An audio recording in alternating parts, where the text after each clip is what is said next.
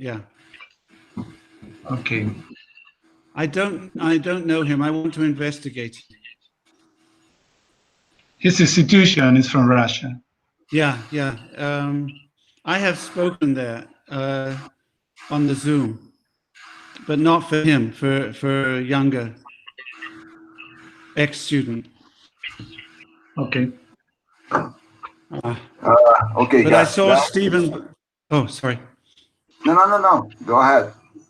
I saw Stephen Barbara yesterday. Yeah. And I told them Is that he okay? you were waving the book at me, and they were so happy. Yeah, of course. Yeah, no, it made them very happy. It's So very now good book. he wants to make another one. We'll see. Yeah. Yeah. So, shall we start? Yeah, I'm going to switch off my microphone. Okay. I keep my one on. Okay.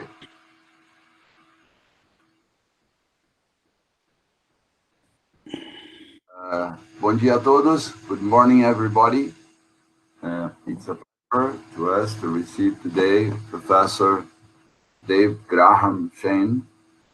Professor Graham is a professor at Columbia University. I've already introduced him very briefly to you guys.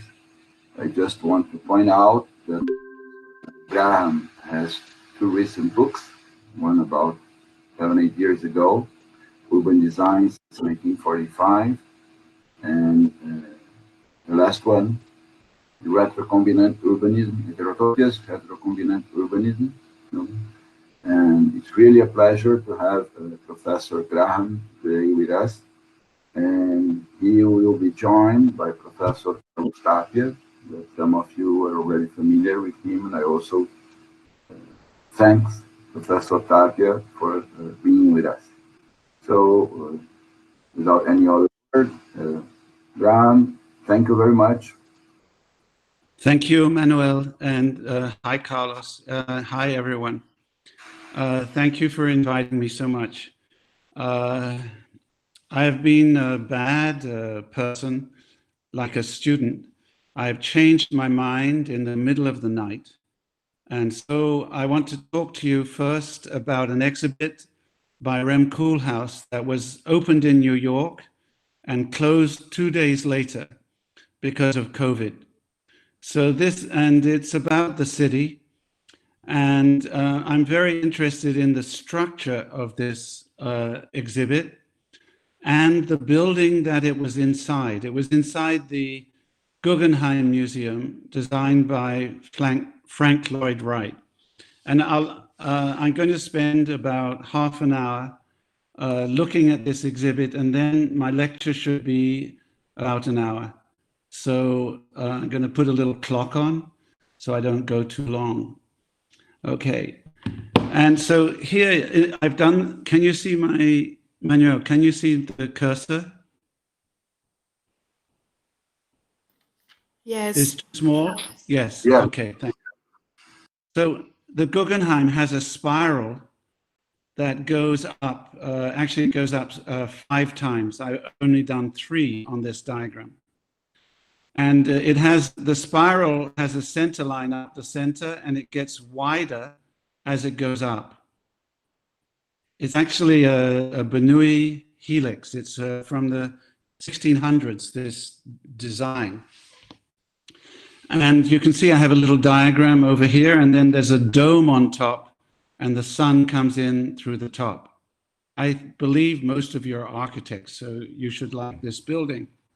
And there's at the ground floor, there's an entrance and then a fountain, and you go up the spiral, and there's an elevator core that goes straight up and intersects all of the floors. And so Rem Koolhaas covered this building with decals, stick-on things that you press on the floor that come from the internet. And outside, he parked a computer that's a tractor that drives itself. And then he had a story to tell so you have a sequence, a story that goes up through the different floors. I'm sorry if it's very weak, the way it's drawn, but at the beginning, there's a history of agriculture in the country, and it has a little room that goes off. I'm going to go through this with you in slideshow, where there's a history about the city and information. And then the tower on each floor is covered with media. The first one is women and agriculture. And each floor, the media story changes. But if you notice it, the media and information column, this is an armature or a column, it holds everything together. And then you have these platforms, which are each of the spiral pieces, which are like enclaves with certain kind of information that is clipped on to the vertical armature. Frank Lloyd Wright designed the building. He wanted you to take the elevator to the top and then come down with gravity, pulling you to the ground to tell you the story, the exhibition. But in Rem Koolhaas, he designed it the other way. He reversed the code. So it begins with the story of his villa in Switzerland where he lives, where the farmer is an atomic scientist from Germany and has a remote control tractor.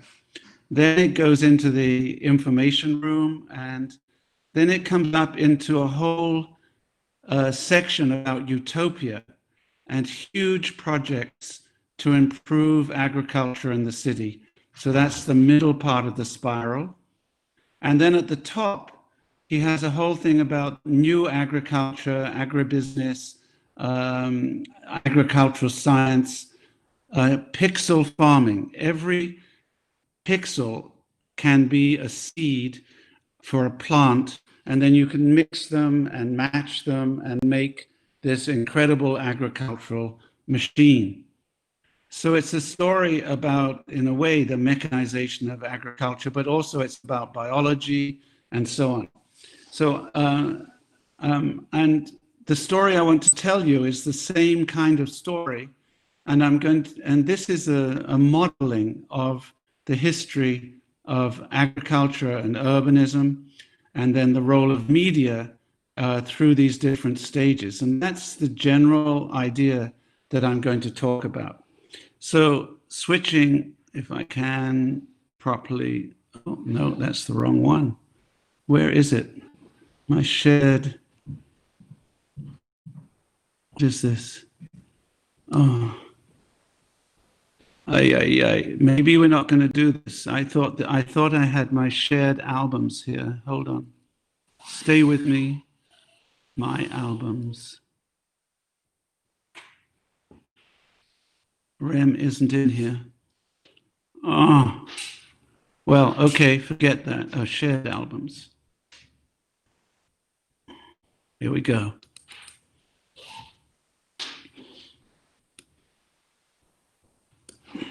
So I see if I can do this I don't know if I can do this as a slideshow. So, okay.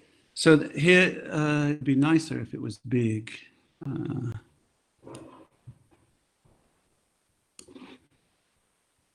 So you all know the Guggenheim with the spiral and then the base that makes the street. And the section, it's very important that it gets wider as it goes up. And so it grows actually at a constant rate going up to the skylight. And it was the car park builder who made the ramps for him. And he has this fountain down at the bottom, and then the ramp coming up, and the room off the side. Anyway, okay, so here is my little slideshow. I can't really do it as a slideshow, but let's see what happens if you do this. And there's the tractor, and there's a homeless guy going through the garbage to get cans outside. The city with the park opposite, the tractor, and then the dome and the ramp. And he has these. This is the fountain at the bottom of the spiral, and then he has the story of his Swiss house, and you go up. Wrong way. There's his alpine house. His friend who does the farming. And then it sort of fake historic buildings, and then you come. Here's the media tower going through the floors all the way to the top, and there's the decals all over the floor, which are from the internet. So you're inside an internet bubble. He also has these sort of robots suspended from the ceiling. And this is the fountain at the bottom, and there's robots on all the floors as you go up. So this is the beginning of the history about the village. And then now I'm in the information room, which is a little side room. And there's these weird shapes are left everywhere, but information, like a total information overload, is projected onto it. Different types of information. So it's data over that's linguistics, animals, human footprint, unbelievable, impossible to accommodate into your brain. A huge amount of information on this gigantic screen. Then there's publications and books that Amo has done. And GSD, it's a promotion for his students' work. And then his friend, book designer, has this huge word cloud projected onto the wall. So your mind is inside a network of words, just like the decals on the bottom of the floor when you walk in. You're inside this word bubble. And so then I want to get out desperately. And then you come to this picture of Dutch cows in the landscape and the beginning of the story of agriculture and the countryside. And then he's saying, well, this is the Fleet Valley, the Olympic Park in London. Is this the city? It looks like the countryside, perhaps. And I'm going on up, and you can see the media tower is on the right there. And then this history, which begins with the Bible, and also the Chinese equivalent of the Bible, is going to go up around the spiral, telling you the story. And here's the first bit of the media tower about women and the country. It's a magazine in America. And so he goes on up, and you can see the history is on the wall. It's like a huge piece of wallpaper put onto Frank Lloyd Wright's spiral as it goes out. And you can see he's labeled the ramps also with his silver lettering. So this is the history, beginning with China and the Bible, and then the first use, and the apple is knowledge and information.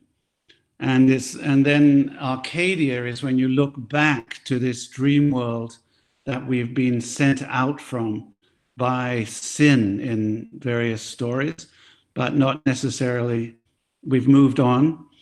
And the Chinese version and Middle Eastern versions, it's multicultural. And they're all living together in Eden. And then there's the little office where you can buy subscriptions to go in the museum, a little keyhole of Frank Lloyd Wright's spiral. It's really very clever, the way the wallpaper goes around it. And then you come up into the 17th century with the, it's a much more idealized and harmonic universe of agriculture, with the ladies going into nature, and Marie Antoinette from Louis XIV with her cottage in the country, her milk shed, let them eat cake. And then the hippies, he's quite rude about the return to the countryside, idealized countryside. And then he does a whole thing about wellness, that to counter the industrial city machine that we live in, there should be this green pastoral world, which includes, of course, he goes to in the Alps from Holland, that this is a business. And then he has a whole thing about pools and keeping your health in good order. And you're coming to the end of one of the sort of sections. And the next section after the media tower will be, this is the end of the gulf, you see, with your health and leisure. And it's about that you no longer have to work, and that you can be like Marie Antoinette and enjoy the countryside and leisure. And so, okay. And you're on the sloping floor as you go up, and you're inside the information bubble, and you're spiraling up. And now if you look across, you can see utopia is beginning. And you go past the media tower again, which is all about animals, Town and Country Mouse and Disney and so on. And you go on up even further. Sorry, there's the animals. And nature is transformed in utopia.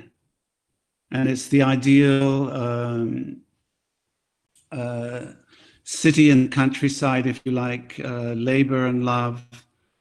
In the beginning of the industrialization, and the phalanstère, where people live communally, have free love, and so on and so forth.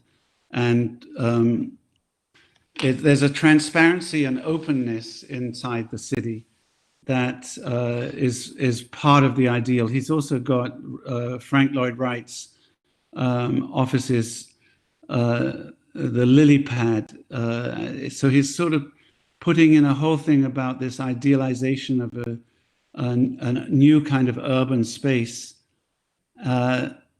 And Fourier, and it's very Rem, sex and passion. And then he goes on to these enormous utopian projects to reverse the flow of the Mediterranean into the Sahara Desert. Gaddafi taking up a German scheme from the 1930s, building huge pipelines to make a green wall in the desert, to turn and to build a dam across the Mediterranean where it joins the Atlantic. And then he has he puts Germany with its autobahns and so on into this same thing. And then he's going to have Hitler come through. And then there's going to be Stalin, and in America, Roosevelt with the New Deal. So these gigantic transformations of the Earth's surface under the impact of industrialization, and the transformation of nature. And then this is a Russian scheme for a huge agricultural area with Khrushchev and Stalin both had the same kinds of ideas, a gigantic scale of transformation. And in China, of course, Mao did the same. So I'm just giving you this idea that the city and the countryside, once you get, even from the very beginning, have this deep link, and that the machine and the machine city that we live in now doesn't stop at the city limit. It goes out. And this incredible mass organization peasants. And of course, the old peasant system was like slavery. And he has a whole new thing about the transformation. And then the EU with its massive farming subsidies and so on, and the automated tractors and agribusiness. And then a thing about Abu Dhabi being cut off from food and making their own food in the desert, a blessing in disguise, being cut off. And food insecurity is a thing in the future that will, and then he has an atlas about food and food supply. Then he goes into a whole Chinese food factory, a series of villages that produce food for 1 million people in a tiny area.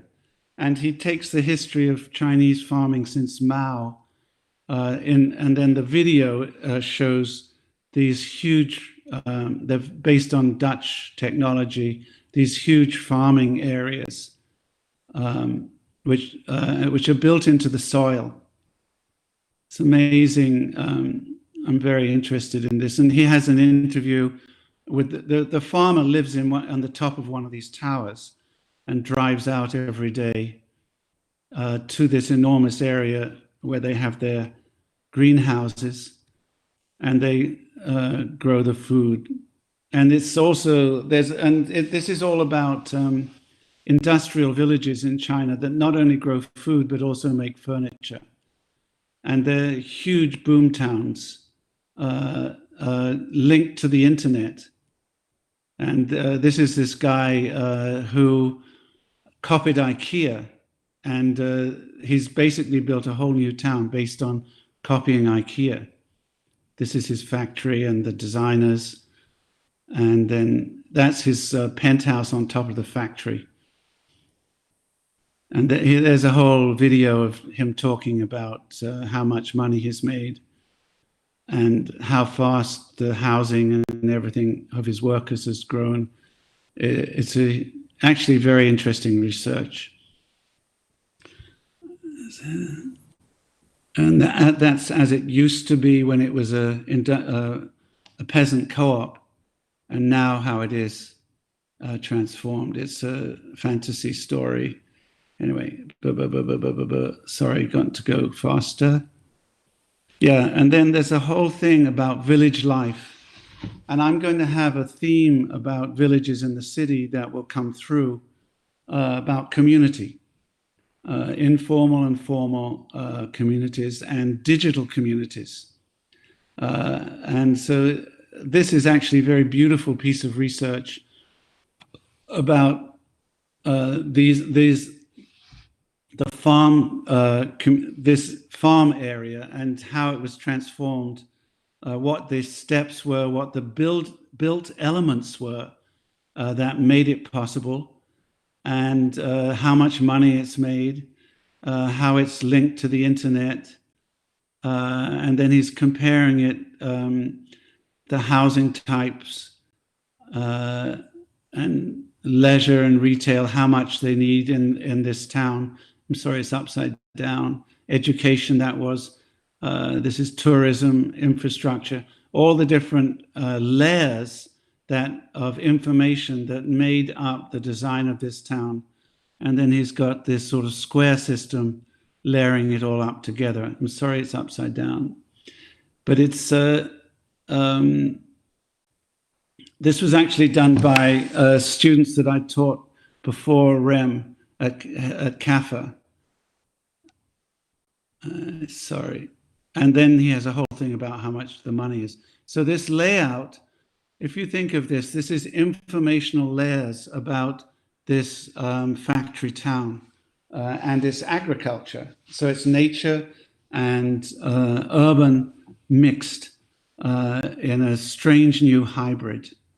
And he's got the housing designed, all the things that they have inside, the water heater, the desktop, the car, their belongings, the infrastructure.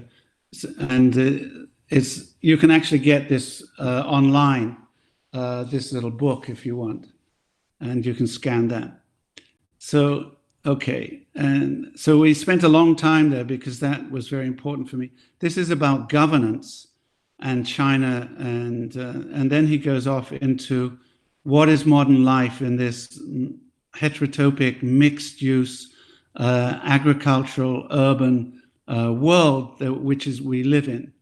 And he has a whole sort of story about the gleaners, and then about conservation and agriculture, energy and agriculture, the future, back to the countryside. And then he has a thing about Africa, people dropping out of the modern city back to the countryside, and sects and hippies again, and anarchists going back to the countryside. It's very weird. And John Berger talking about leaving the city, and the German villages, how they have come into the 20th century and are also digital communities as well, and how they've integrated immigrants. It's actually a very interesting piece. And then he has the thing about global villages and revitalization, blah, blah, blah. And the return of craft. Okay, so here's the thing against preservation. And he says that if we preserve so much in the world, it'll stop growth. It's really not a great argument, but it's a great graphic. And so then he starts looking at all the preserved areas across the world in forests and so on. And then he has this amazing ecological drawing with the different, and then along the bottom it was running the ticker tape of the corporations with their valuation. And then a whole thing about, so this is an instance of preservation where there's a gorilla park in Africa where you're not allowed to kill gorillas. And yeah, animal urbanism, he calls it. And then the whole thing about, and then the thawing of the North and South Pole, water level rise and so on. And then opening up of the sea route around the North Pole. And now he's going into ecology, and that's going to go into his pixel farming, biodiversity. I want to go fast. So we're getting up. You see the media tower again coming up. We've been coming up slowly around, and now we're coming back to the media tower at the end. The reverse of what Frank Lloyd Wright wanted. And there's one of his robots that runs around of Stalin. It moves around in the Stalin part. And this is pixel planting, that each, you can put a different type of seed in each of the pixels. They're actually little pots of earth. This is the pixel planting machine. And then this is a greenhouse that's been pixel planted. And this is I'm not sure what, this is some sort of little machine that watches the plants as they grow. So it's a whole transformation of agriculture into a shed and into a factory as at the end of the story. And then at that point, there's this weird little satellite you're looking down on, and there are other suspended robots down to the information globe at the bottom. It's a pretty amazing piece. Another robot. This is Eve from, and that's the pixel planting. They wander up and down the ramp, these things. They go out of their section. And here's the pixel planting in detail, the machine, and then that's the end. Okay, my beautiful friend. And there are lots of robots and robot ships.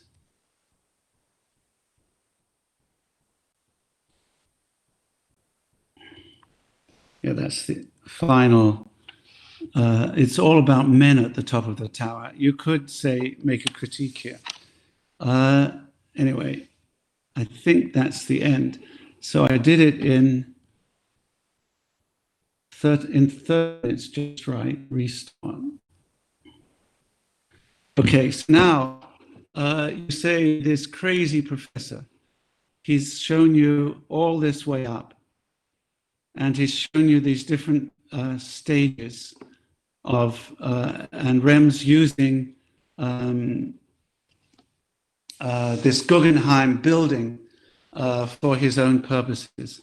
And so now I'm going to shift, I hope, where's my cursor gone, into the actual lecture I prepared. And I'm going to try and go full screen. And this is it. So Rem doesn't really talk about climate change.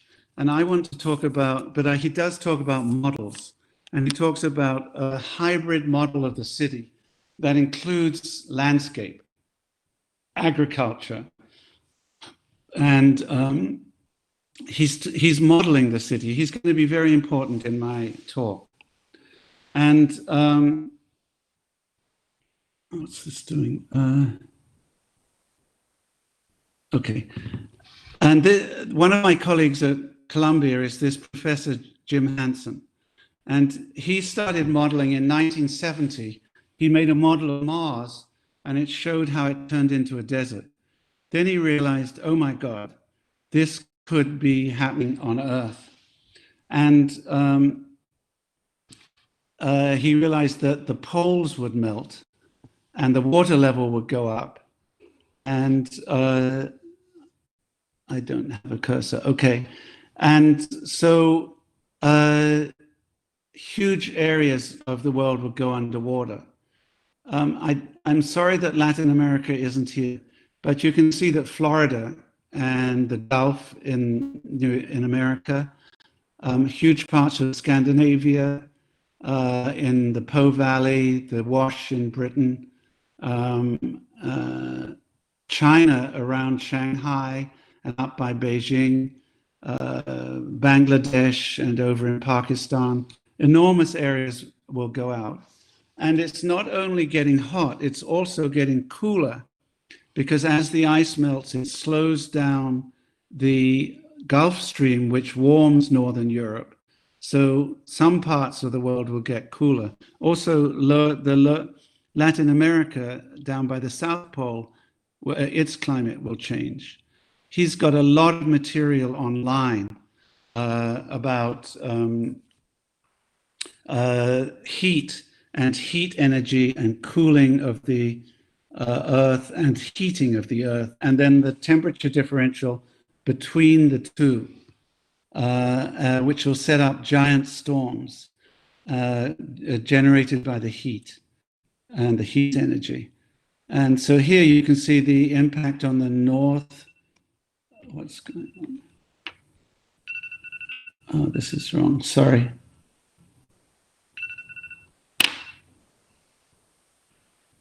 Oh. Someone's calling me. And so here you can see the,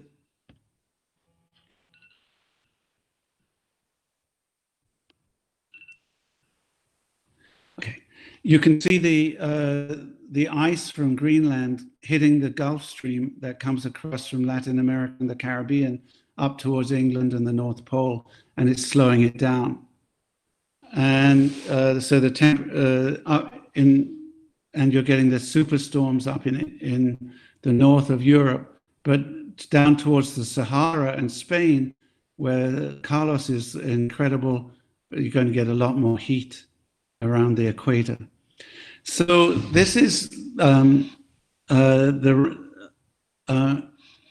Bratton, who I asked you to read, and he talks about the information and the layering of information and the way in which we inhabit a different kind of world now.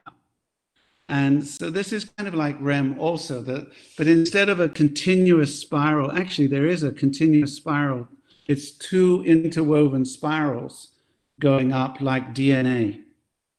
And they go through information. So it starts off at the earth and the soil. It goes into the cloud, which is the information cloud. But also, he's so clever, it's also the weather. So it's like my guy with his heating of the earth. And then that affects the city. And the city is our collective habitat, including the landscape. And then it's very, very clever because inside the city, you have an address.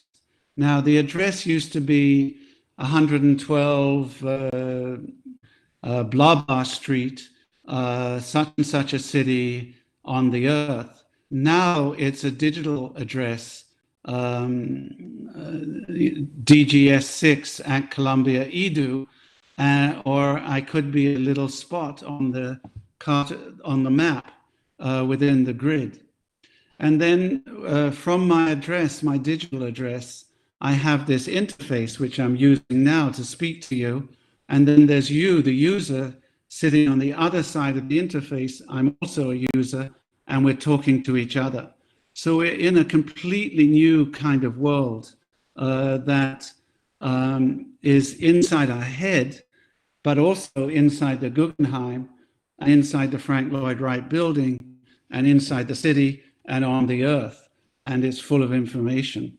So it's really a very beautiful modeling diagram of how we work and design. It's very important that this model, when we make a model, we extract it from noise and data. Data on its own makes no sense. We have to go in and find patterns or use an algorithm, design an algorithm, a pattern finding machine, device to find pattern. And then the pattern comes, we can manipulate and map and change, and that's how we design. And what I call the meta city, the city of information, that's where we live now. This is where we are. And so, and my argument is that COVID is pushing us faster to this. And Bratton, the article that I asked you to read, he says the way we lived before had a lot of very big problems. We shouldn't say there's something that was right. We should try to fix those problems so we don't get another COVID every 3 or 4 years, like there used to be with the plague. So through this informational system, hopefully we can fix it. And so I wanted to go back to this whole idea of the spiral and the energy flow and information flow. Energy is information, and heat is information. Cooling is information. The energy interacts and forms structure. If it stays static, it will form a steel beam of a structure. If it's fluid, it'll make these spirals and move across the face of the earth with heating and cooling, and draw the heat out of the water and make these ginormous storms and throw rocks and wreck cities. And the guy who discovered this whole energy system was way back in the 1680s, Bernoulli, Jacob Bernoulli, a Swiss mathematician. There's the Guggenheim, and he made these little diagrams. A lot of it's to do with gravity and the force of gravity on the surface of the earth as well. And then how gravity sets up this spin because the earth is spinning. And it's, when I was in first year at the AA, I got into this, and now it's come back to haunt me.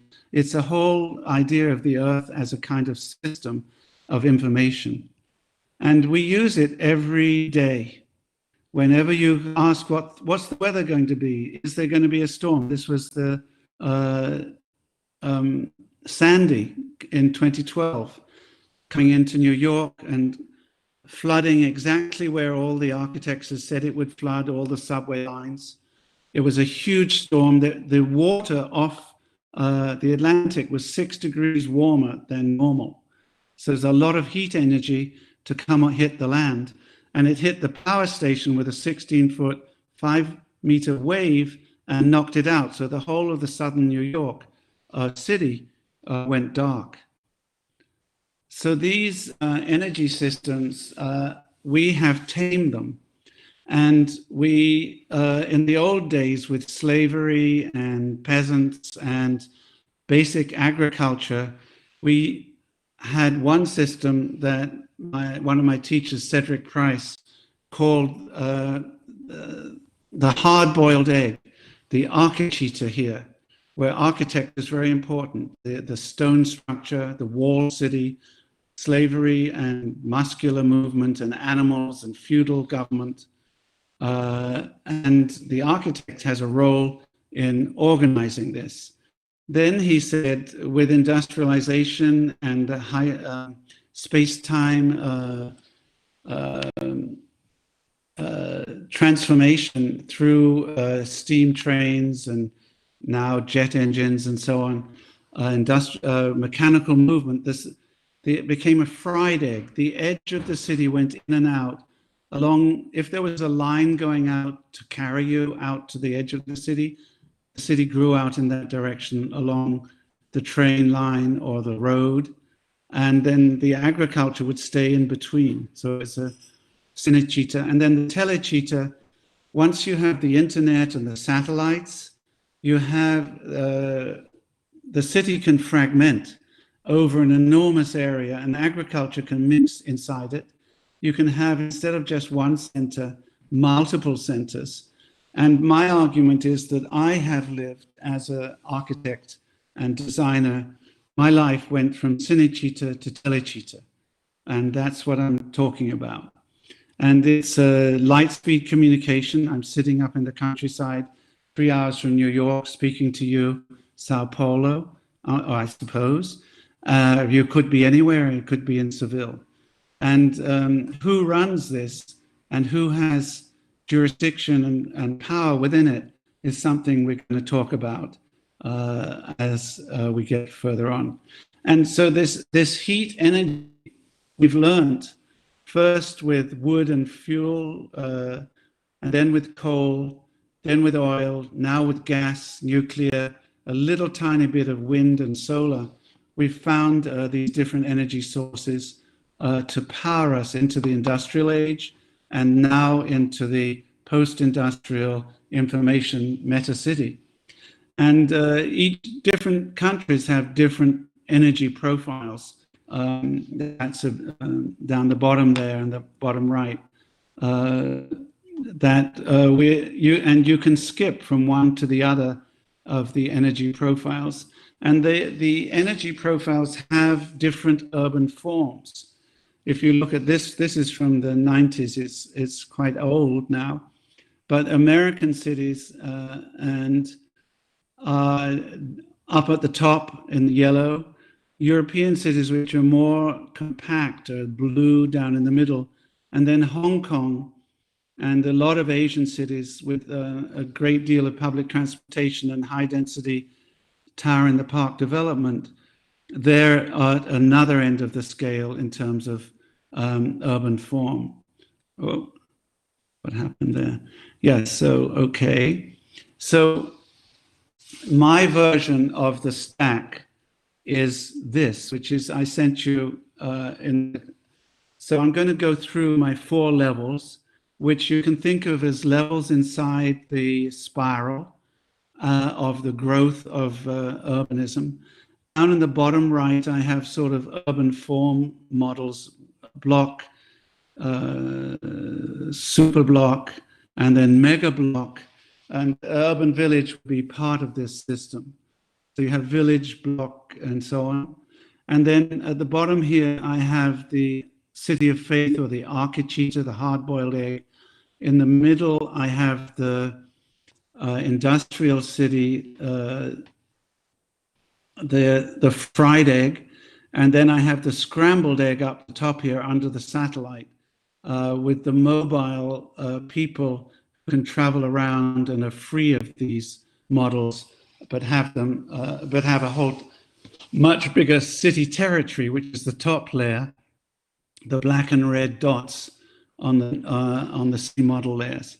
So we model the weather, we model information, we make patterns, and then we make city forms. And so I'm really only doing the metropolis in the 20th century. But the one on the top right, of course, China, is from the 1300. Beijing was laid out on the grid. Now this is the plan, the current plan. It's on a gigantic scale. And but the metropolis still has a single center, and then it can develop a fractal system of sub-centers, as in the Ebenezer-Howard diagram, the middle diagram on the right. And then that was applied to London in 1945 after the Second World War with the new towns around the edge. And then you know about the new towns like Brasilia. And then in Moscow in 1930, 36, it was a ring radial pattern, single center with the streets going out and the walls going around. And then they, on a huge scale, they had this park system and new industrial cities around the edge, new towns, which is, so it's the same ring radial model, fractal repetition of the industrial city around the edge. And this is just looking at Moscow. The center space was made to hold 500,000 people. And then the contrary to that is the capitalist single center. New York in America was the big financial center.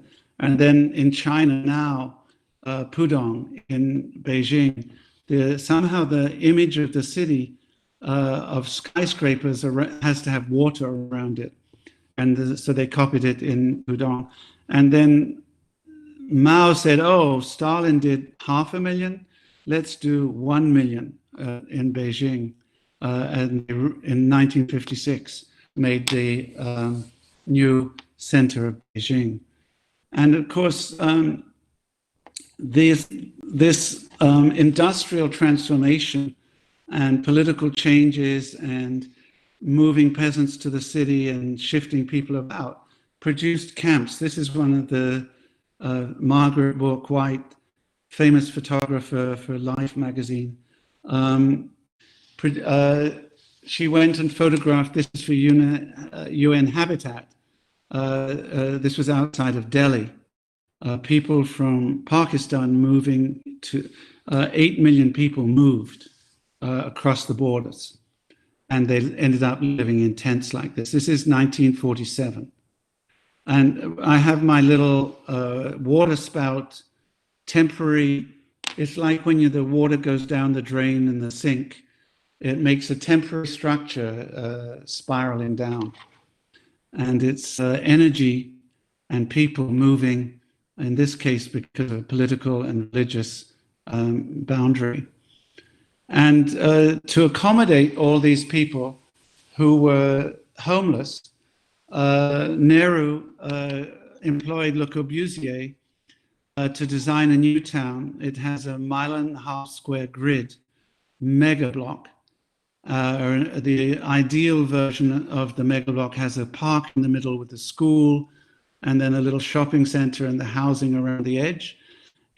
Corb never mapped. There were a whole set of villages, agricultural villages in this piece of territory. He never mapped them.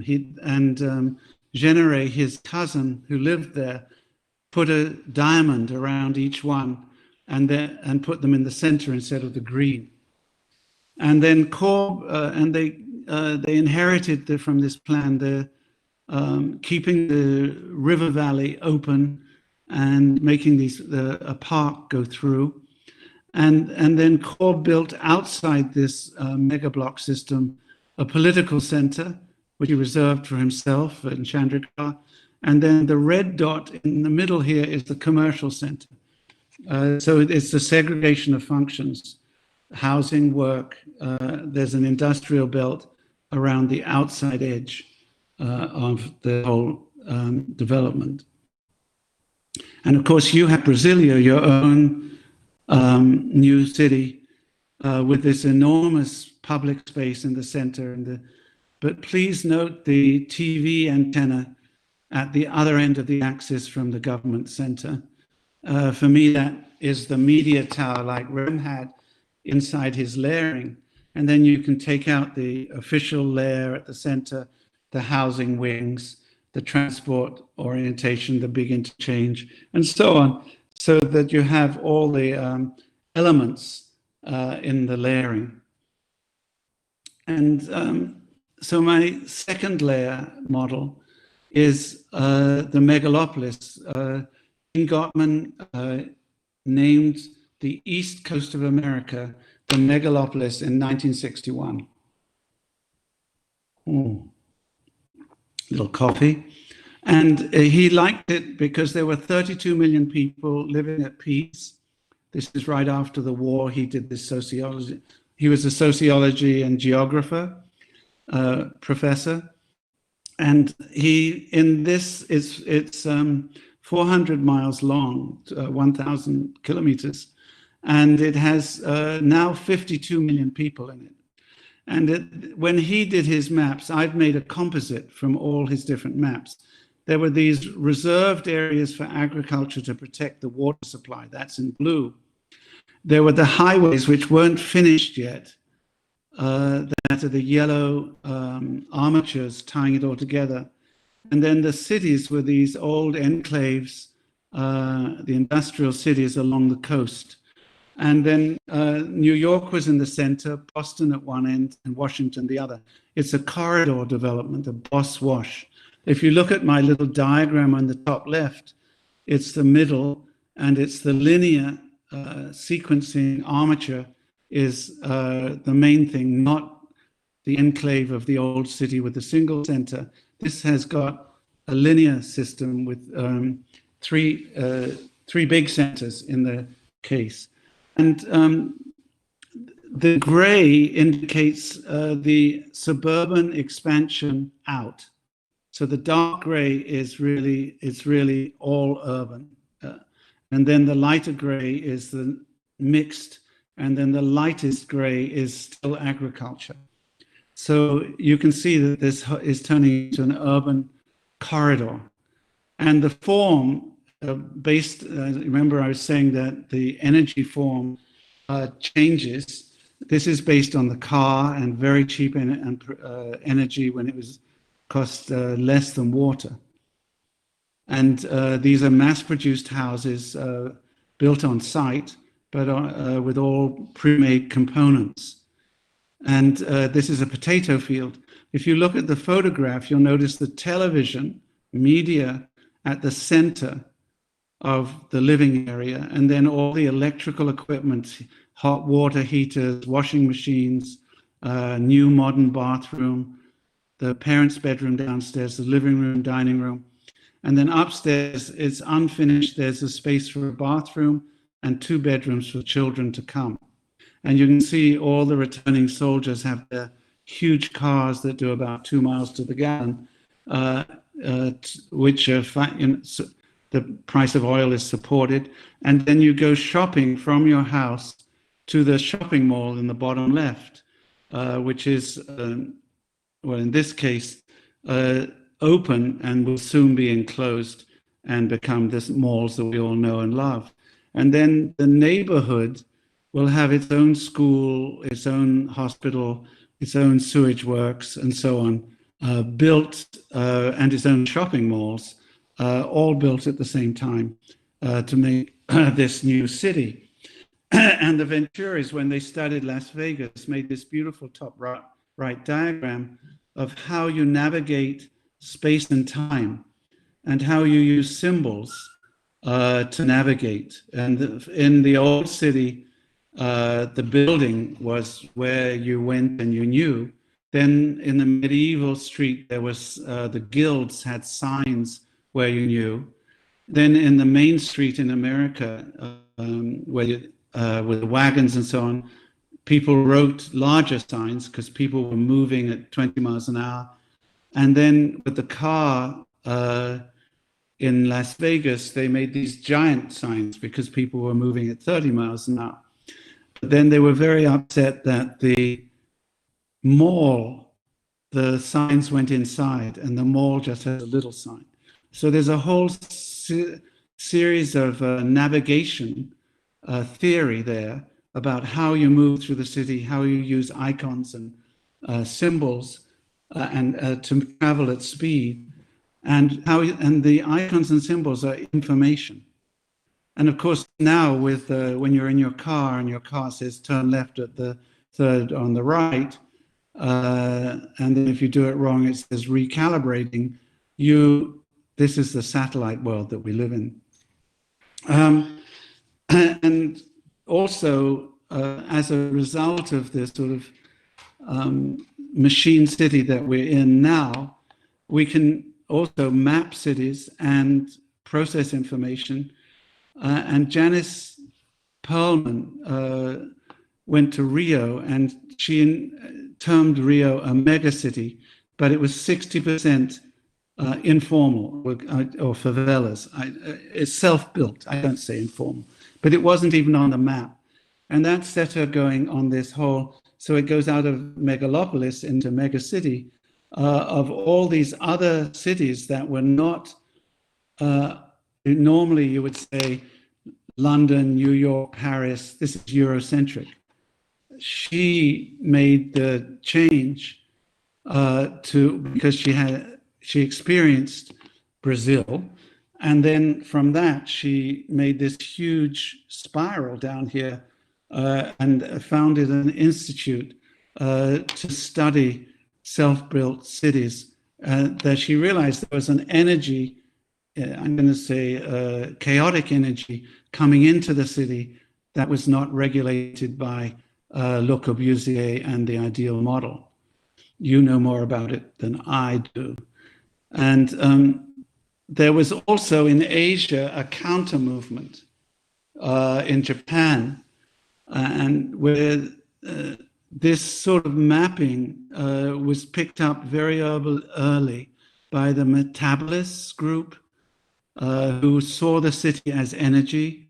And Mackey, the top left, he contrasted the formal structure of the Beaux-Arts and so on with the mega structure and mega form of this new metabolist energy system, and then with the self-built fragmented urban village system, that sort of micro-urbanism as these three systems that were current.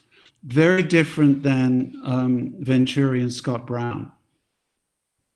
And the Asian model of the megalopolis, the corridor, it's a ring radial, but it starts to get corridors radiating out more like the fried egg, but it becomes multi-central.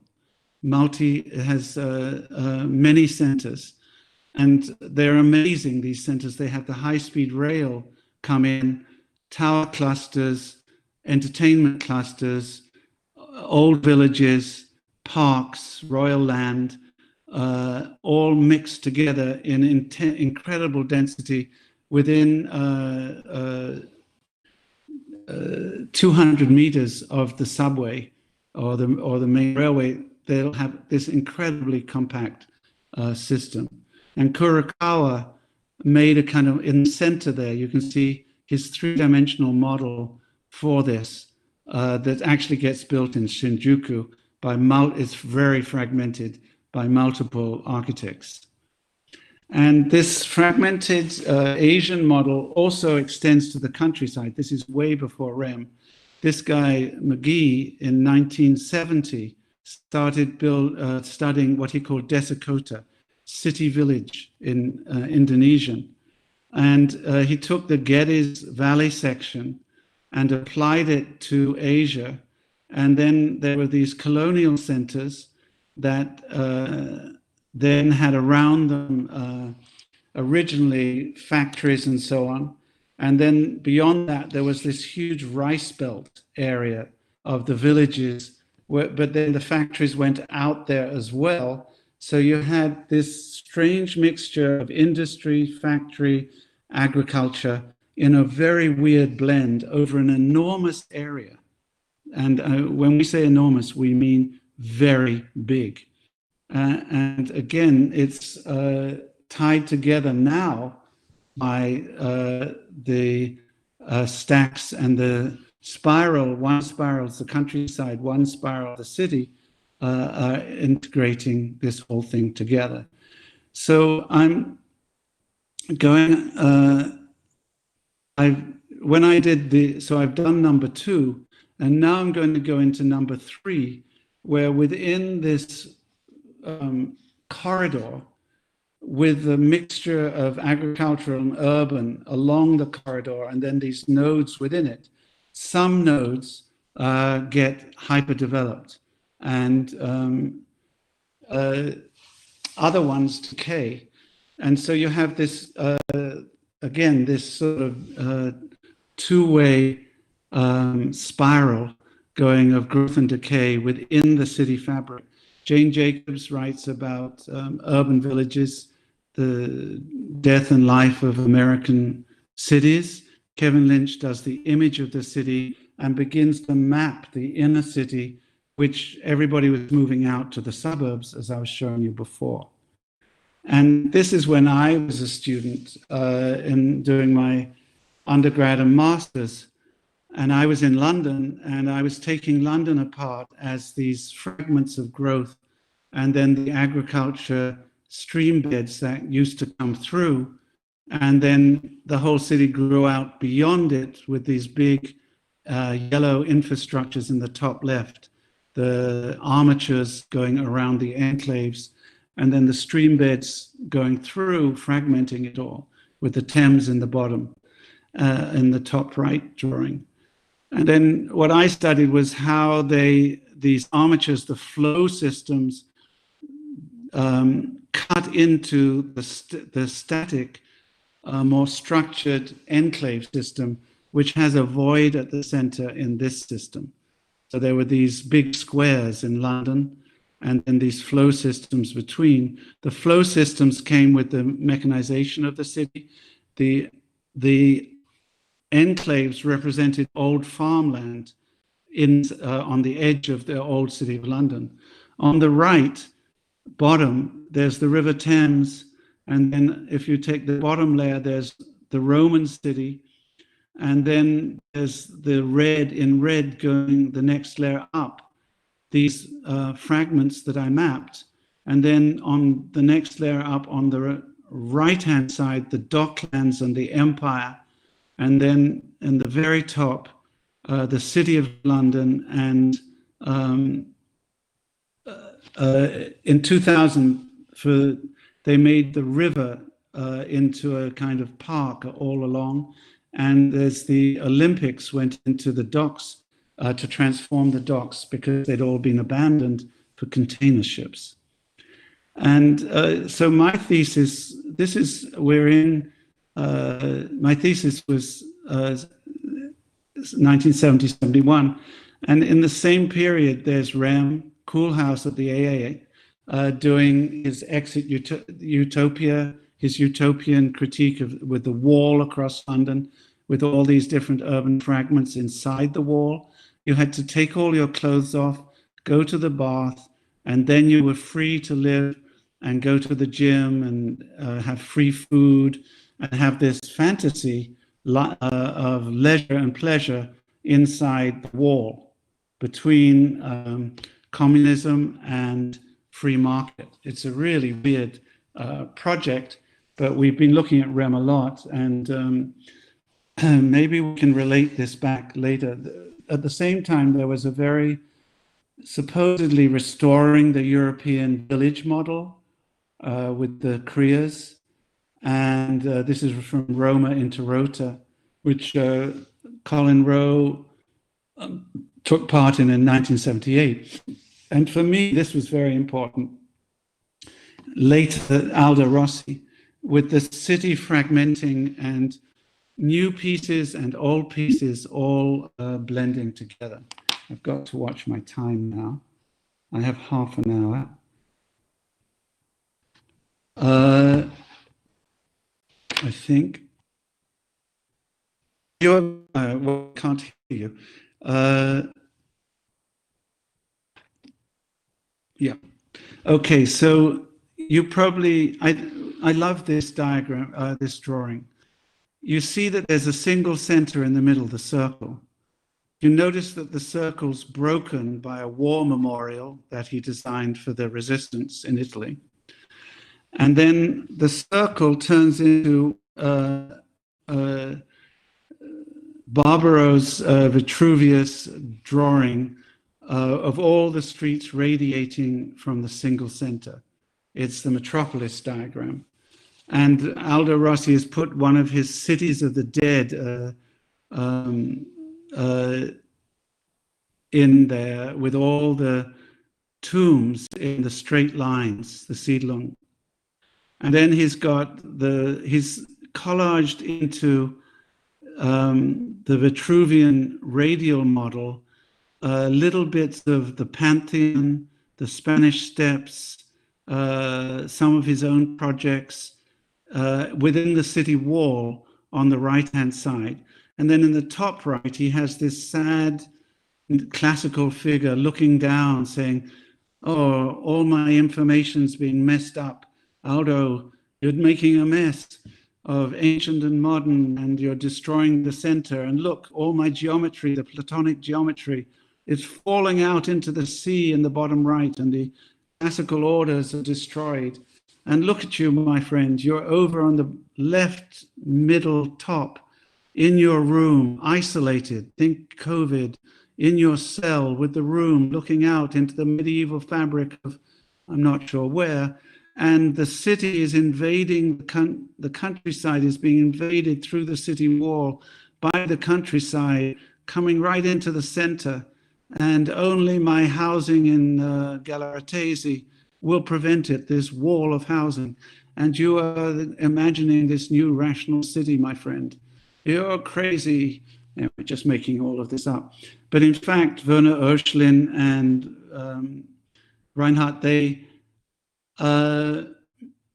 documented every piece of this collage. You can find it online, the Analogical City Map. It's a very beautiful documentation of the fragment, this massive amount of information, the city and the country blending and fragmenting into the scrambled egg, which was the last egg of the urban model series of Cedric Price, my old teacher. And then from 78, Colin Rowe, my graduate school teacher, and my PhD was with him at Cornell, urban design, urban history. Here, he in 78 did this Roma Inter Rota, where there's a lot, it's hard to see, but it's actually on the 7 hills of Rome.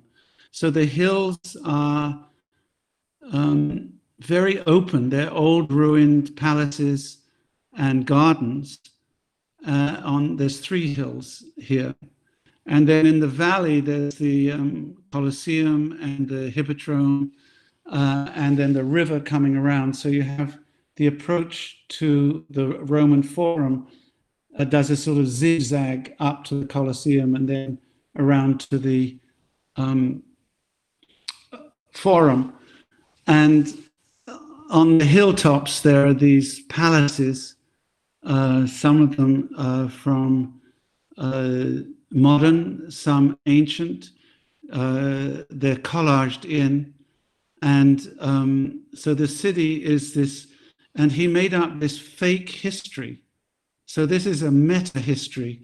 It's information about information. So there are, we know the Terragni's design for the Dante. We know the Colosseum. We know these fragments. They're collaged together, And he's made up a history that Napoleon's son, who was the king of Rome, he died when he was a child, but in this history he lived. And then he employed Valadier, the designer who laid out whole sections of Paris, to lay out parts of Rome. And then so on and so forth. All these different people came in and did things. And there's a whole story with fake footnotes to make this meta history to account for this layout. So it's a but it's a polycentric system. It's the important thing. And another version of this is Disney. I mean, Colin will be not too pleased with this comparison, but in Disney, they're around the water, which is the fundamental thing of us all. There are these old empires of Spain, Italy, Europe, America, China. There's even, everywhere. And then, so on axis, as you go north towards the top of the drawing, there's the parking lot. Then the red dot is the AT&T Pavilion, Spaceship Earth. And it's all about the history of communication coming to the cell phone.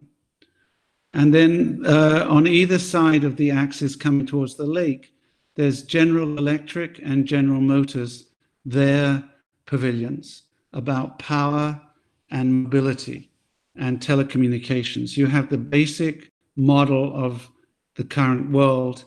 And then so the telecommunications tie together on axis to America, because these are all American corporations. Straight across the lake is the American future. And then there's all the old empires around the edge. And it's very interesting. Foucault, I'm going to talk to you about these weird other spaces that are not right. They don't belong. They belong in this meta realm, and they're backwards. They're reversed. Everything that's true is reversed, becomes negative. And so here in the picture of Venice, the Doge's Palace, which is on the right in Venice as you look to the Campanile, here is on the left. So when you see your photo, you will know you are not in Venice. And this theme got taken up by the casinos. And, you know, in Macau, in China, there's this gigantic remodeling of Venice with the housing towers attached at the back. So we're in the meta city. The meta city data cube is in the middle there, figure 2, in the top there. And then Super Studio did these beautiful collages where every inch of the surface is pixelated and within the grid.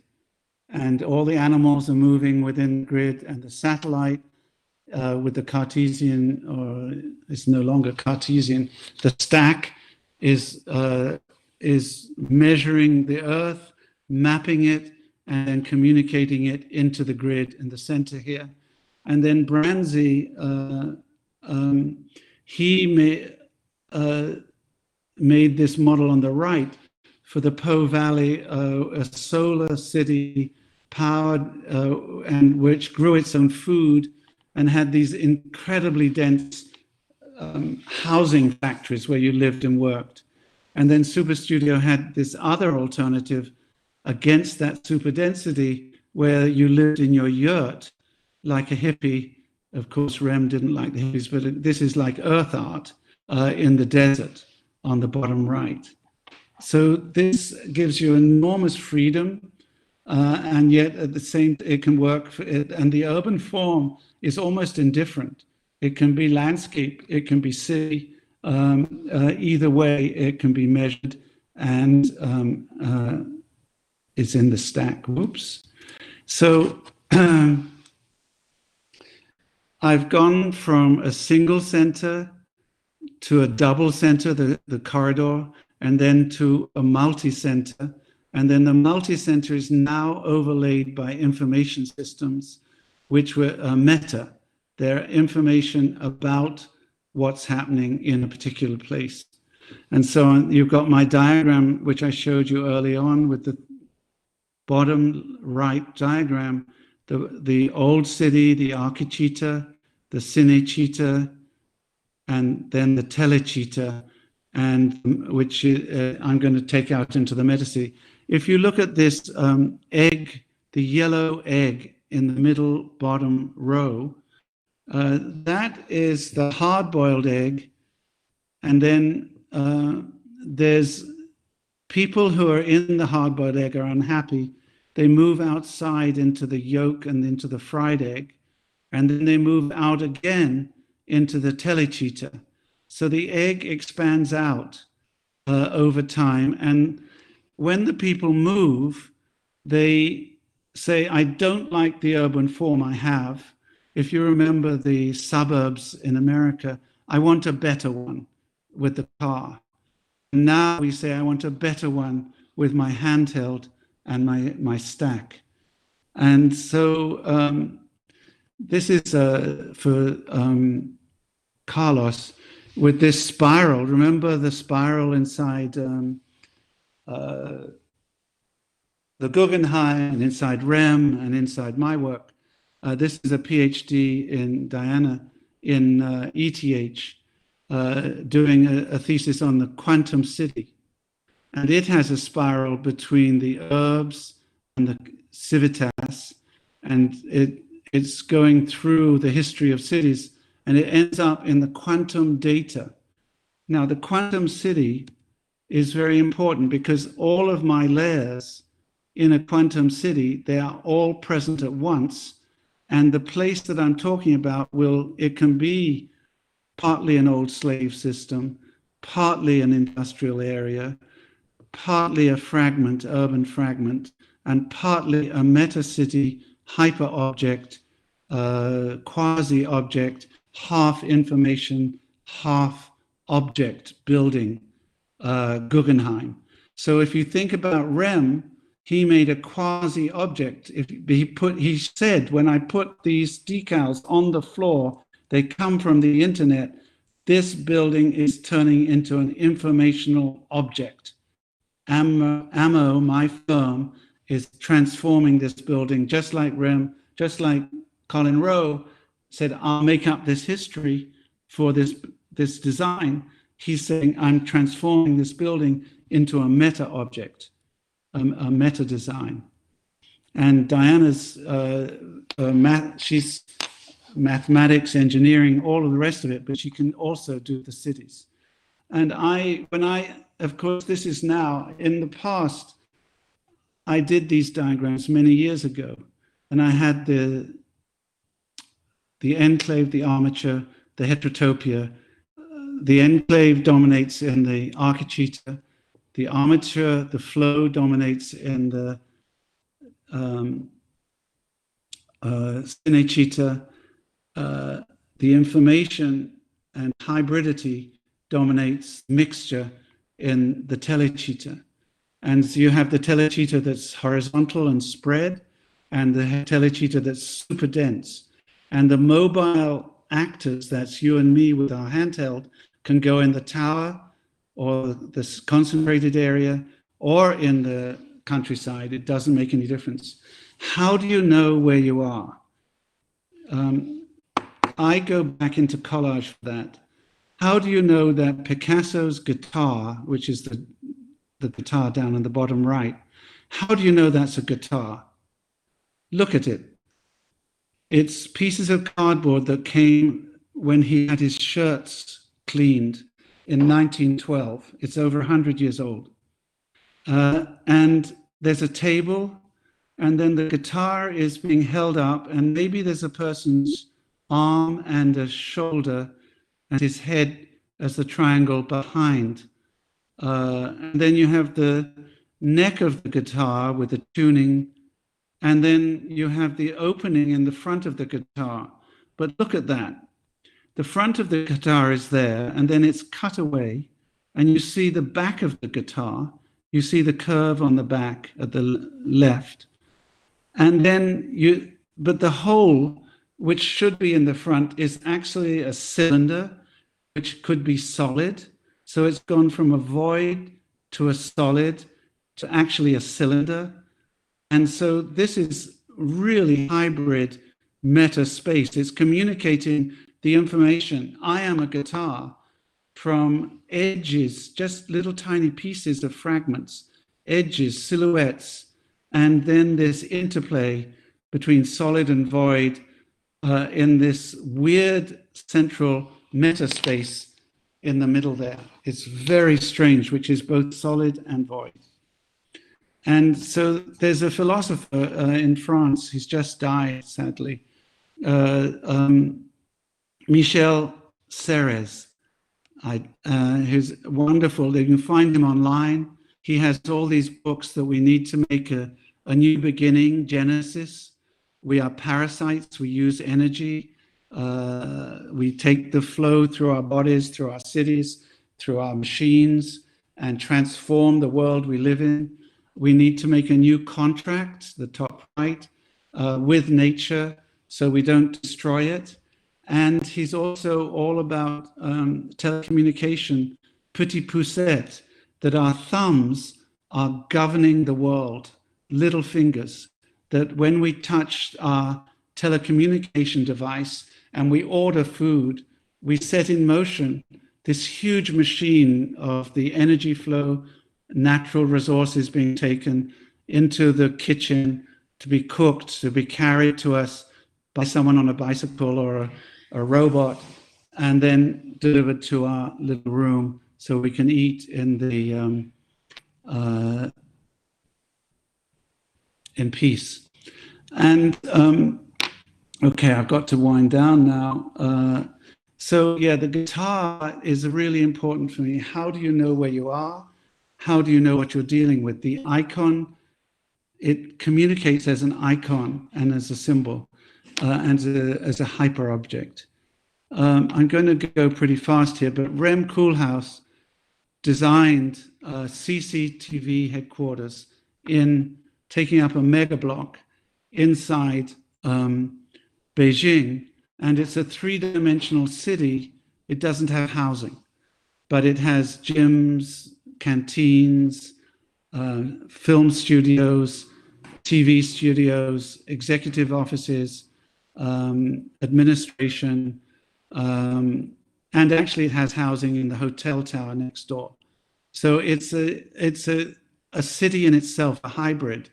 It's one of in my top right, you see the red dot with the towers in the top left, sorry. And and on the horizontal version, this is actually a square, a mega block in central Bangkok. You have factories, agriculture, and an old village, and then malls, and a new elevated SkyTrain and subway stop, and then the old canal system, navigation system, feeding it. So this is all blended in this meta world that we're thinking about. And hybrid buildings, the Spanish research group, A&T, have done some amazing books. You can find them online. They're really very wonderful. And this, because we're dealing with satellites, this is a city that is going to is around 60 million at this point. The UN Habitat expects it to go to 120 million. This is Pearl River Delta. And I've been studying it quite a bit now. It has high-speed rail connecting all these towns together. It's a beautiful graphic with the density, housing density represented. It's also got nature, if you want to call it that, the rivers and the hydraulic system. And then there's enormous infrastructures that run the whole thing. It has a corridor from Guangzhou to Hong Kong that is the same as Hong Kong, the same as Tokyo, with 32 million in the corridor to Osaka, Tokyo corridor. And then to navigate and live in there, you have all these programs.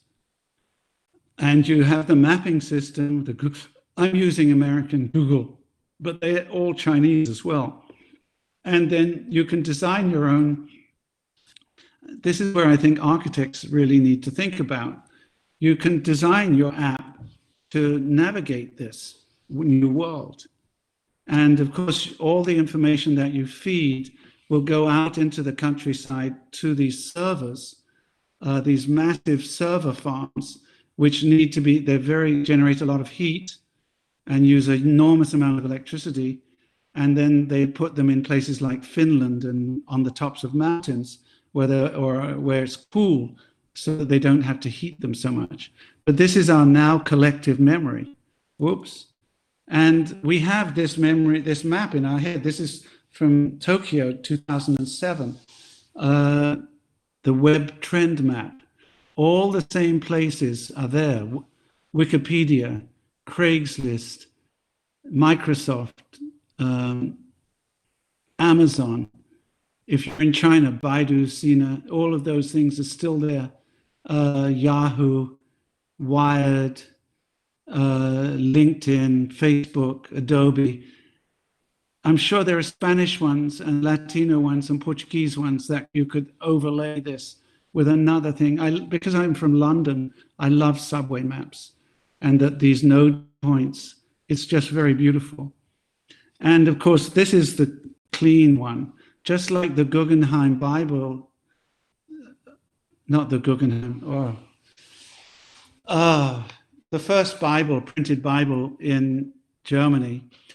He made his money by publishing Latin pornography, and then he financed the Bible. And so it's the same, the dark web is bigger than the clean web. I'm not an expert, but it's there.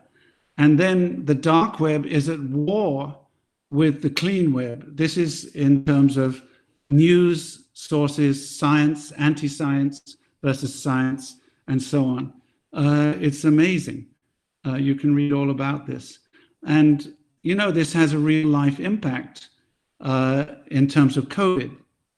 So I'm ending up with COVID, and COVID driving us and accelerating this informational world, bringing us into this new world. And this is old. I could have redone it, but didn't get time. We're shifting which programs we use. We're shifting now with the schooling in America is all going to be remote.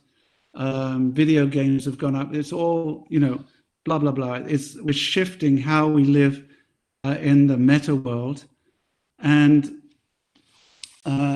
just very briefly now, the code is changing. So now we have a hybrid armature and enclave inside the heterotopia. Before, the enclave was dominant, then the armature, and the form of the city changed like the bird's beaks, not automatically, but through trial and error. And, you know, there's this whole thing about how do we deal with it? Once upon a time, we locked people in their houses, left them to die, buried them in huge pits. When they were building the high-speed rail into London, they found a pit with 30,000 people from one of the plague episodes. The plague used to come about every 4 or 5 years. And then inside the city, there were these hospitals, which would look, this was a big for women who've lost their husbands at sea, and they could come here, live inside a kind of cloister, but they were free to go out. This was a voluntary heterotopia of crisis, as Foucault called it. And it had a church in the center, of course. And then hospitals scientists said, no, that's no good. You're right near the graveyard of the church, and it could be infected. You should go outside the city. Remember my people moving outside along the corridor, and look at the corridors and then you've got the different types of diseases separated and treated, and then nature in between keeping you all safe and clean.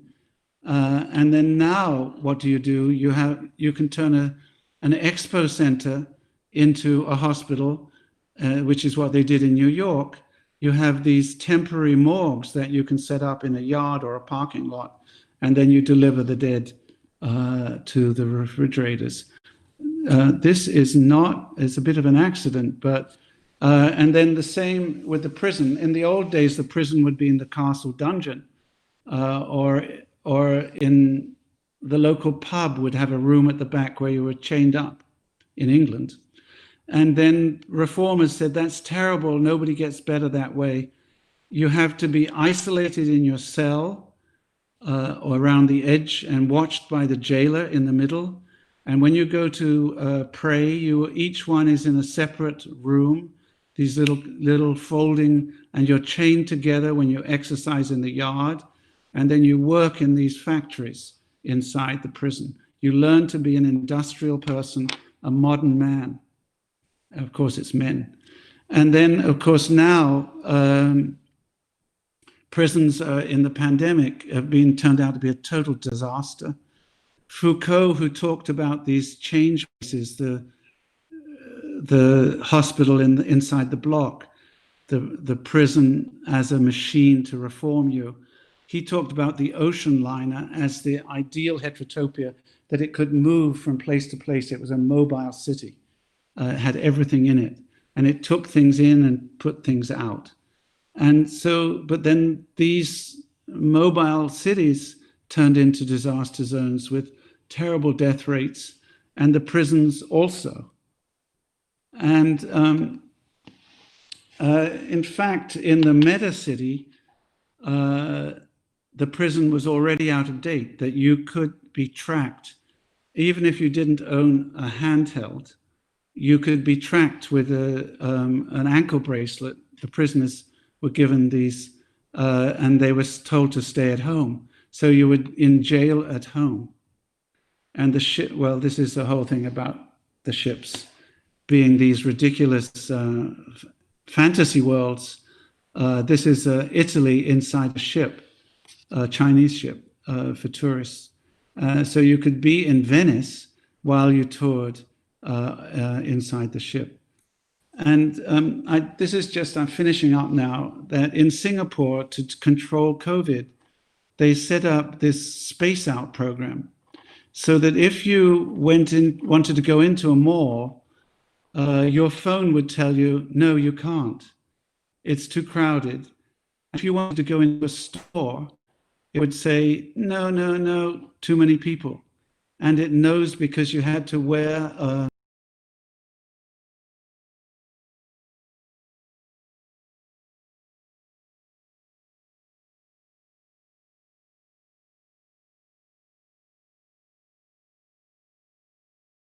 the top is about 30 years old. It's actually quite a beautiful program in some ways, because it's trying to care for the collective health of people. But in America, you'd never be able to do that. Whoops. I'm going to stop in a minute. And the Parks Department in Singapore had a similar program.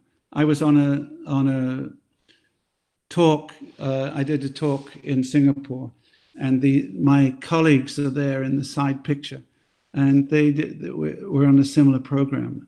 Okay, so I'm just going to go very quickly now. The street, which had reached this amazing new leisure facility status, now, because of COVID, the car parks are being turned into places to eat, and there's very little traffic in New York, and we're living inside the tiny little cubicles. Notice she's reading a book. And then the streets actually have become a place of political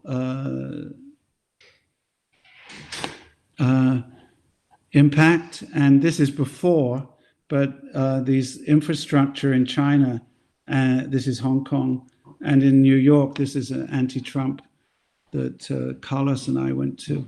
And then the handheld, this is going back to the beginning where I was talking about storms. When we had the storm hit in 2012 for Sandy, the first response was through the handheld, and I sent blankets and clothing to churches, and then they distributed it way before the army or anybody else could come. Okay, my time is up. And so this was one of the other speakers in Singapore, my last big Zoom. He had this beautiful slide where there's the garden city, Futurama, the modern city, the information city, and the smart city. I don't like smart cities, but do you see the waves of energy going through? And then the regenerative city. And are we in the regenerative city? Is it dystopia, heterotopia? Is it utopia? Is what can come out of this? This was done 3 or 4 years ago, the horizon that we inhabit with the city machine. We can go back into crisis where we're stuck in our room. We can go into illusion where we're in the meta world. The meta city is down at the bottom. The city of faith is at the top. And we're in this city machine in the middle. Okay, this is where we started. China could go underwater. Cities underwater can be beautiful. My book, and I'm done. Okay, where are you? We are still here. Are you awake? Any smiles? Yes, I see some nods. Well, I got away with it. I can't believe it. Hour and a half. Great. Now, Go ahead. what happens now? I have to look at my list. Yes, so what do you think? What should we do? Questions? Any questions at 11:30? Is this the right time? Pardon me? What? Yeah. What time is it now? For us, 11:30, 20 to noon, 20 to midday. Okay, good. So we're on time. Yes. So any questions? I see all these different faces. Let me get this bigger. How do I get this full screen? Can I turn off the presentation?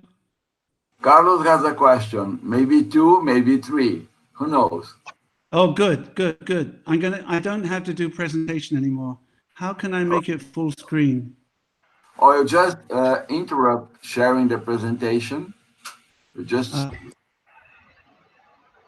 Stop. Okay. Yeah, great. Got it. Great. Carlos, Happy. Carlos. Thank you, Graham. As usual, a very inspiring presentation. I knew most of ideas that you presented today, but the new perspective is very, very suggestive. For instance, the idea of a spiral is very, very suggestive.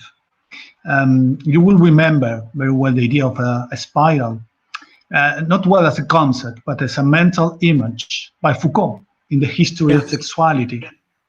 And any change on the body is subjected to a spiral, but of power that binds it.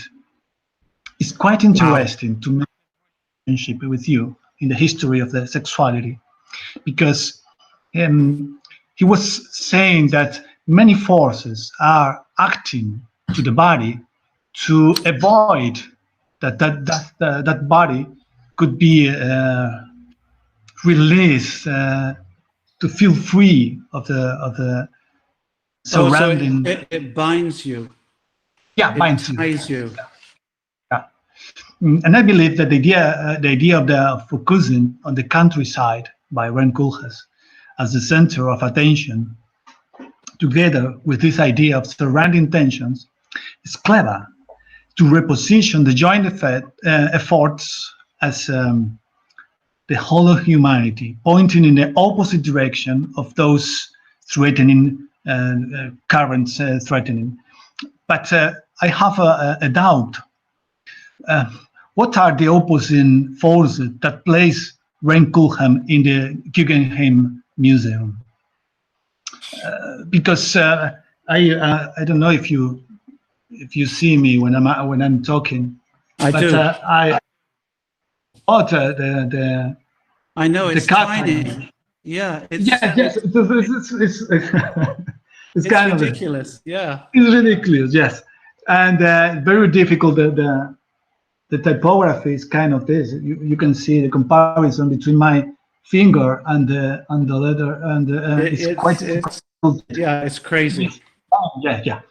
But inside, it's also difficult to understand. For instance, the first reason explained by the colleague of Reinkulham is director of AMO, the publishing house, and investigation and so on, is to say Qatar, the country, Qatar. Yeah. Which makes its own agriculture. Yeah, but is Spain also the exhibition, Qatar? So it's redundant, this kind of, well, this is the best example, but at the same way, I'm paying for this exhibition. Right. So it's quite difficult to understand, but because the geopolitically, Qatar is, it's oil, with it's Arabs. energy. It's energy. Yeah, but so it's also struggling and with Arabians on the geopolitical problem, trying to, it's important to know where are your partners to make this contraposition to the system. So the spiral is quite interesting because we must find the counter forces. Where are the counter forces inside the catalog? For me, the problem is the countryside is, for instance, the new relationship with the Z. Be a dolphin, for instance. You human, be a dolphin with a. Be a dolphin. Yeah. You must find a new relationship with the environment. So, well, I can believe it a little bit.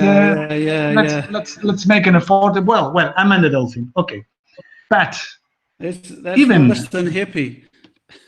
Yeah, and in that sense, one of the chapters are made by all former students of him in Harvard and Emory, but selected by their precedents. For instance, one from Kenya, one from Morocco, one from Japan. The case of Japan is very curious because the countryside is explained by robotization. What is robotization in Japan? Well, I know what is Japan and robots, but the idea is the people there are very, very old to maintain the infrastructure in the countryside. So I'm not to import people, to accept immigrants to be part of my society. I'm going to invent robots to maintain all the infrastructure and say the countryside is the same. Where are experimenting? Where are we experimenting in the countryside? Near Fukushima. Because it's the experiment for excellence. You have a new farm to produce not carrots, but robots. And you can put inside, machines, researchers, so many money. The idea of how to find communities, alternative communities, is a good idea. And it's explained by the guy, went to from Berlin to South Italy to say, well, I'm going to find communities, alternative communities, people like Fourier's theories applying to the territory nowadays. But he goes there, he lived with them, he goes back, went to France, and there find a community whose leader was put in prison because he wrote a book, a polemic and very in this book as a terrorist. This was what the police said, and put inside the Guggenheim.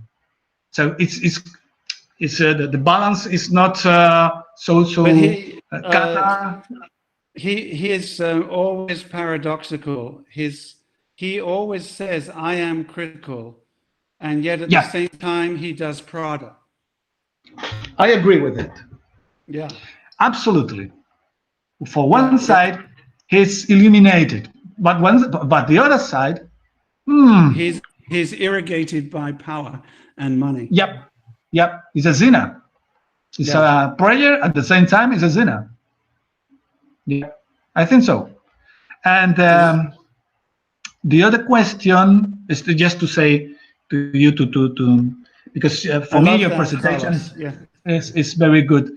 The second question is how to maintain the disjunction between country and the city today.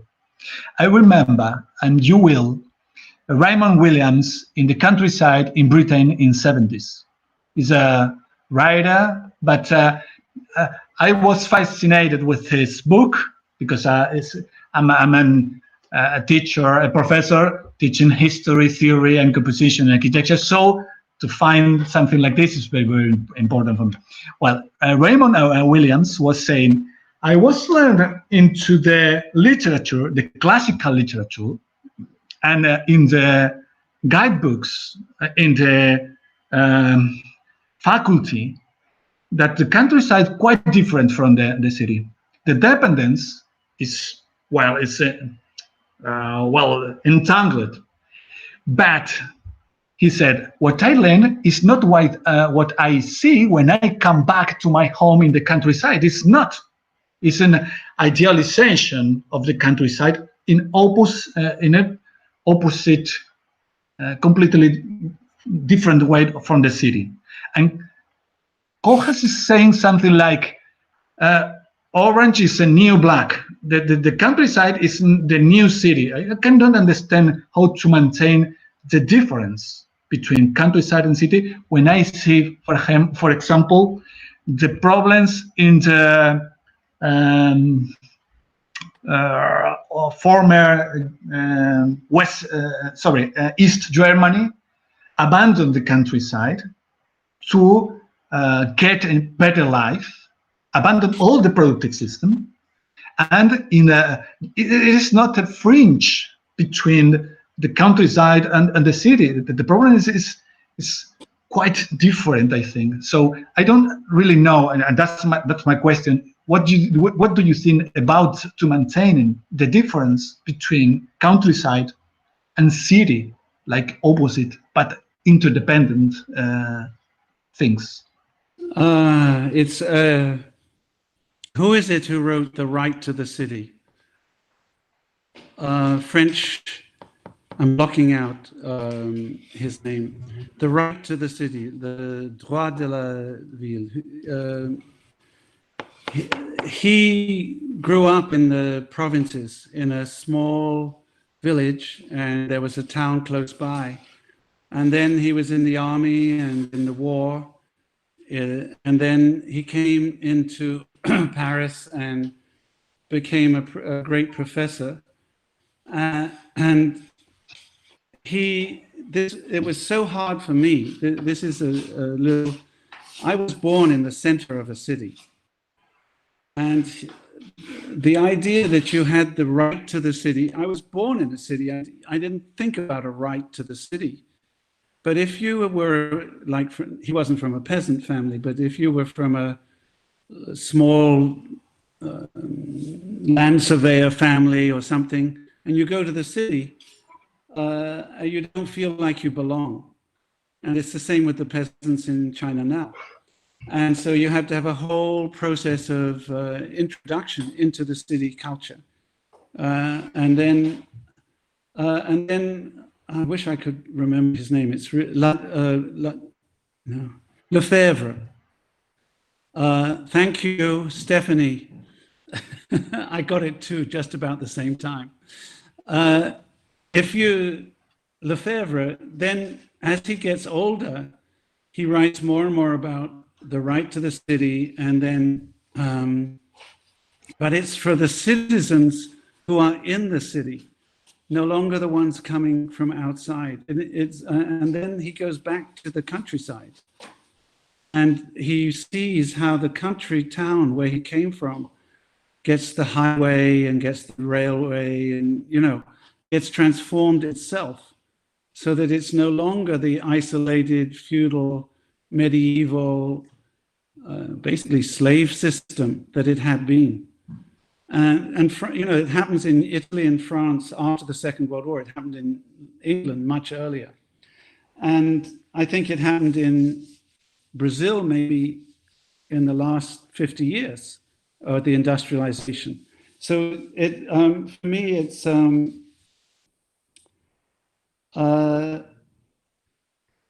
really complicated. It's even more complicated because I really think that in the stack, it doesn't matter it's just information. It's just data. When it's just data, it has no form. It's only when you analyze it and bring it into an algorithm or a pattern and when you ask the data a question, then it has form. And so if you ask, what is the countryside, you get one thing. If you ask, what is the city, you get another thing. But it's all the same data. That's the quantum world that we inhabit now. And I'm only just getting into it. It's quite exciting. And I feel like this is what we're heading into via COVID. It's completely mad that this is accelerating it. I love the idea of the spiral binding you. I hadn't realized that. It's a very beautiful idea. So yeah, as a person, I'm sitting here 3 hours from New York. I have a picture of the fireplace now. A friend painted the view from our window in New York. I haven't been there for 6 months. It's the longest I've ever been away. And I feel sad, but at the same time, I don't feel all that far away. If I was in New York, the museums are only just opening with timed entry, like in Singapore. It's like Singapore in New York. Everything is spaced. It's all about the spacing between you and the next person. And then that's to do with time. You can only go a certain time. You can only get on the train a certain time. Well, in New York, they're not as sophisticated, but Singapore represents the future in this model. And they have virtual trees in the park. They can tell if you climb in the tree, it has sensors. I mean, it's crazy. If the tree is endangered, the branch is coming down, someone goes out and chops it off, so you're not hurt. It's crazy. And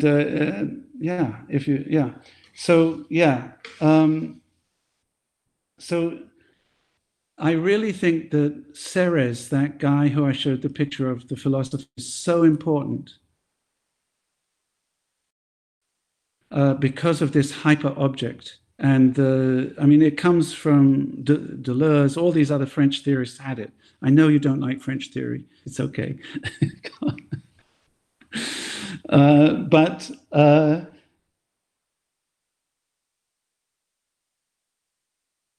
you're talking the same thing.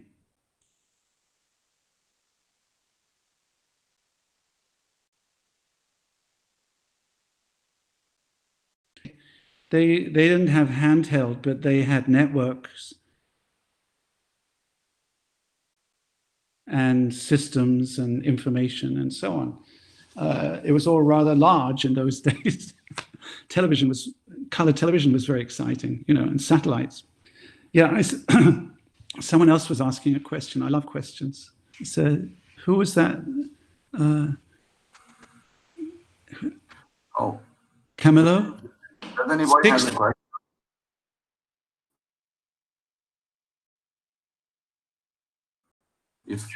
Otherwise, I have.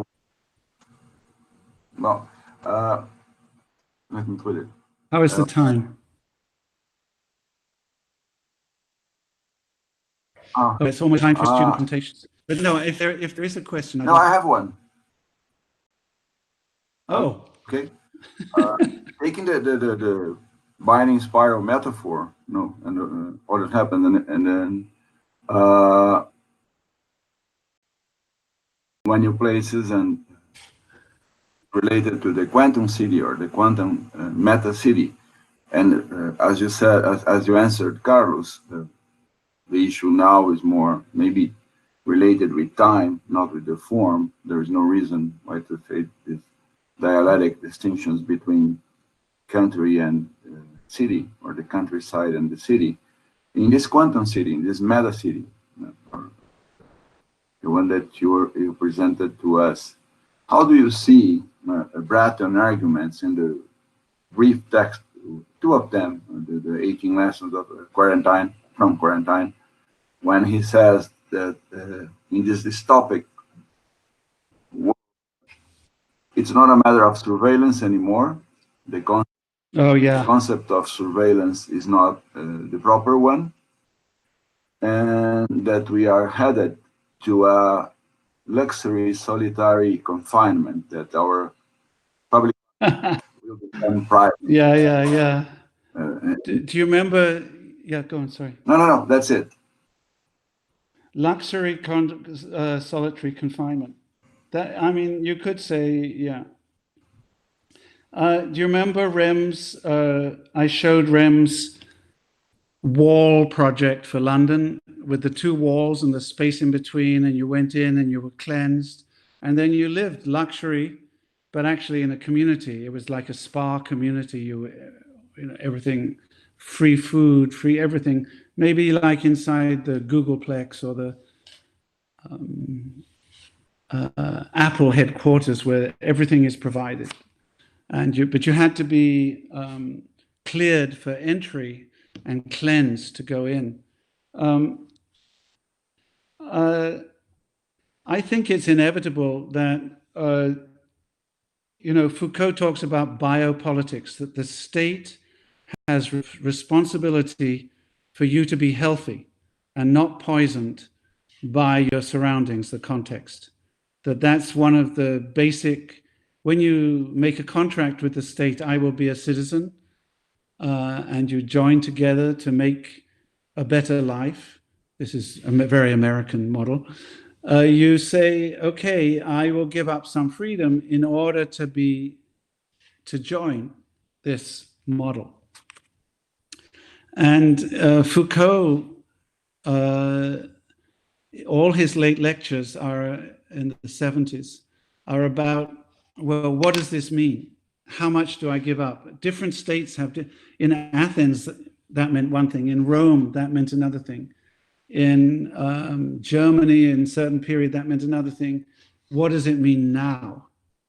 And that really was one of the questions I was asking in this presentation, is like, what is the role of the state inside this system? We know in the machine city how the state works. It's the prison, Foucault's prison model, where your deal is that you will be disciplined and work together to make the machine work. And in exchange for that, you have freedom and you have a better life.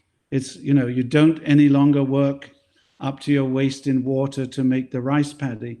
You don't hoe the fields as like a slave. You have the machines do it. And so you have this freedom. And so now it's really complicated, because we're moving into this information age. The scale of the machine has become so enormous that we're pushing into the Amazon. We're pushing in China into territory that's never been farmed. And all of a sudden, there's these weird viruses that are coming from bats or whatever into the city somehow, in the market. Market is one of Foucault's heterotopias par excellence. And so how does the state respond to that? The American model under our great leader is that the corporations should do it and the state just stand back. And you see what a disaster that's been. In Europe, in Italy, it was a terrible tragedy because the family was so strong that everybody infect each other. They go to Sunday lunch. I mean, I'm making it up, but basically that's what happened. But then they put a thing down where you couldn't go out without a stamped pass, basically, to go outside the house. They did the same in France. So the Singapore model of the spacing and is the biopolitical model of the future already here. That's why that was an amazing Zoom session. And to be honest, I'm a coward. I don't want to die of COVID. I'm a target. My lungs are completely messed up from living in England when I was young with the smog and the coal fires. If I get it, I'm done for. So I've been very, very cautious up here. And I've been here 6 months. I love cities. It's torture. And I can't say I'm in luxury. I have to cut wood and move wood, and it's wonderful. I love it. It's very beautiful. And we have good friends here. We meet them outdoors. It's a whole other world that we've entered. But at the same time, I can talk to you. I mean, it's like, what is this? And for you as students, how do you design now? Are you going to make hybrid buildings? If you make a hybrid building, now in New York, the big problem is the elevators. They can't, they have 1 million people a day come in and go out of New York to the Midtown. It's 1 million people. They come by bus, they come by train, they come by car, they walk. They get in the building and the elevators, they can't have more than like 4 or 5 people in an elevator if they're masked. It takes about 2.5 hours to fill the building. It's lunchtime. Sorry, we've got to go out. These towers are done for until they have a virus. And then even when they do have an injection, even if they have the antidote, they don't know how long it's going to last. And they have to redo all the air conditioning. My studio, the school where at Columbia, there's no student, even though we're theoretically hybrid because of visa problems, because of the stupid government, and because of airline problems, there's almost no students actually in the school. And in fact, there's no undergraduate students at all. That's 30,000 people. There's about 5,000 people in the school. It's a shadow, and yet it's still working. The classes are going, and it's the same for you. So how do you design in this situation? And the hybrid buildings, how do you design? I don't know. I always thought that this hybridity would give you more flexibility, and that you could close off one part, open up another, which is what they're doing. When the school gets infected, they close off that section, send all those students home, and then they bring the students who are at home back to the school. So this time thing and geography is amazing what's happening. But how do you design for that as if you're going to design a building is, I don't know. And then the idea that, well, maybe I'm going to teach my class next semester. I'm never going to meet my students. It'll be the first time ever, 50 years teaching. It's like, my babies. Just kidding. How do you design? It's when I had the class this last semester, I had met them, but I took them on a tour of my house up here. I showed them my library, like this is where I am. And I'm in the countryside, and the whole thing. And that's why this countryside city exhibit, which they weren't able to, I went on the first day and on the second day, and then it shut only a very few students saw it. So that's why I had all that big presentation at the beginning. I'm in that new countryside. And in China, they're designing new countryside with new digital villages. Is this where we're going? How about Brazil? I don't know. And, you know, because I've been to Venezuela in the 90s and they call them the rancheros or something, into the hillside, amazing self-built city, 60% like Rio. And I mean, everybody had a satellite dish. They all had electricity taken in illegally, and then they all had satellite dishes. Even if they didn't have water, they had a satellite dish. I mean, unbelievable. And now they all have handheld. I'm absolutely sure they have their little devices. So you are, all of you, I'm looking at you, and you are hyper objects to me. You are meta. How are you going to design my meta friends? What kind of meta city are you going to make? How, and if it's really interesting, if the robots are really coming, I have this, I tell this story. I've studied China a lot recently because of the rapid urban growth there, and it's all industrial. And there's this writer called Hessler, Peter Hessler, and he's a professor now. And he followed the robot on the campus delivering goods. So this robot goes around the campus, and it has a telephone in it, and it automatically telephones the person's cell phone in the tower, because they're all in towers, tells them that it's waiting down at the door with their package.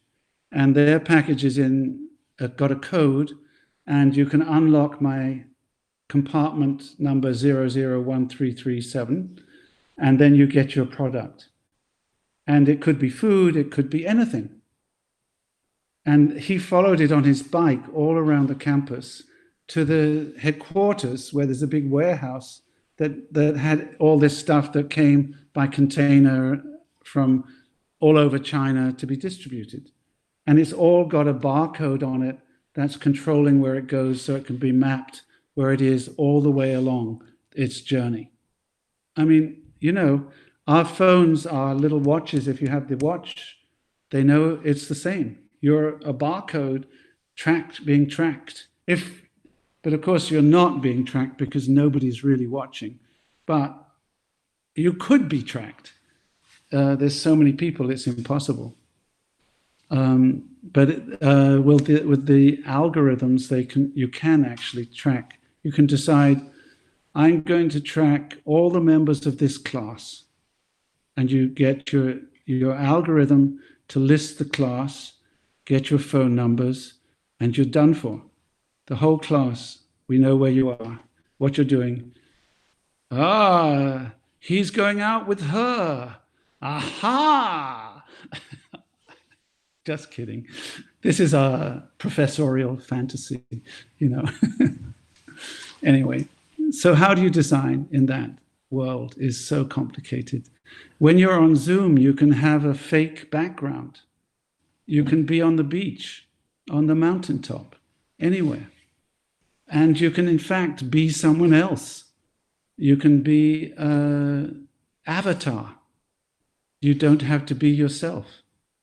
And you can make your avatar be how you'd like to be, or how you don't want to be, or I don't know what. You know, it's an incredible quantum world with all these different ways and potentials to go. How do you decide what is you want and what is ethical in the end? What is good? You know, what is the good city form? What is the good house? What is the good life? You have this choice. It's amazing. The robots will make the food for you. Don't worry. It's going to be synthetic something or another. Probably taste wonderful. Or you can live in the country like me and grow and get wonderful food up here too. But I still get bananas. Anyway, so any more questions? How about? It's fun. I'm interested to see what you've done in the hour before class. How are we doing for time? So why don't, for instance, we have a small break, I would say about 15 minutes, and then we come back with their presentations and go for it. That'd be great. I get another coffee. Yeah. Yeah, so it's 12:12 now. Let's come back at 12:30 or 12:25. No, 12:30. Is that okay for you guys? Can we have an 18-minute break? Yeah. Great. Come back with your presentations. Okay? Thank you. Okay. Be back in 15 minutes. Oh. Jay, where are you? I'm up here. Oh, you're getting a free seminar. I know, I'm enjoying it. Oh. It's fun. These are my pals, you know.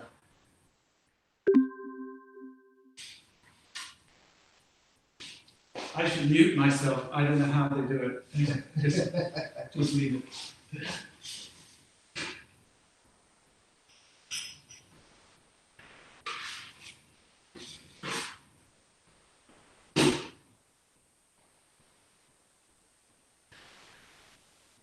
Ah. I'm going to go over to see Regina.